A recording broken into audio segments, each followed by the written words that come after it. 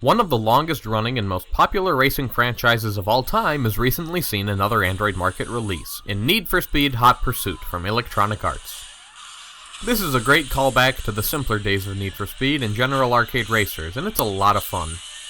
The game is split into two factions with their own campaigns, Street Racers and of course the Police. Each side has their own specialized race types, though most have a nearly identical counterpart on the opposite side. As a street racer, you'll participate in regular races, take on speed trap challenges, or just evade the boys in blue. As the Popo, you'll run down street racers Burnout style and try to murder them with your car, race to the scene of a crime before time runs out, or even participate in some friendly police force competition in standard street races. What? No one said this game was realistic or anything. Each side can deploy various attacks and abilities, such as spike traps, oil slicks, targeted EMPs, radar jammers, and more. In each mode, you'll gain bounty for just about everything you do, which is the equivalent of experience in other games. Keep racking up bounty and unlocking the various in-game achievements, and eventually you'll level up, unlocking a faster and better vehicle. I found the police campaign to be far easier than the street racing one, and after reaching level 10 and the third tier of races, honing my skills all the way, I had a really hard time with the street racing events. I don't know if the cars are worse or the events are just harder, but I recommend going the police route first.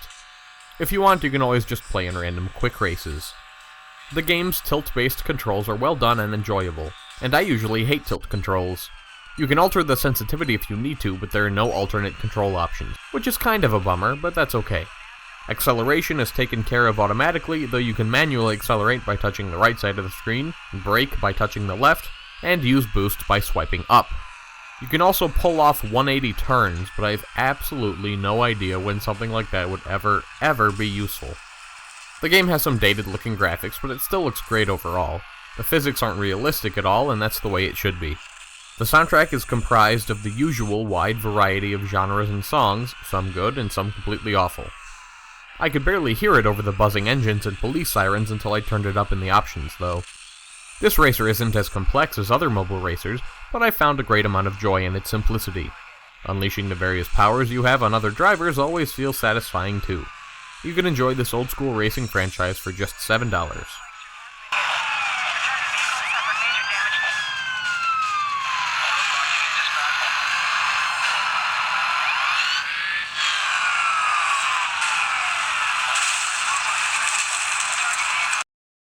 This has been Andrew with Appalicious.com, helping you find mobile apps you'll love.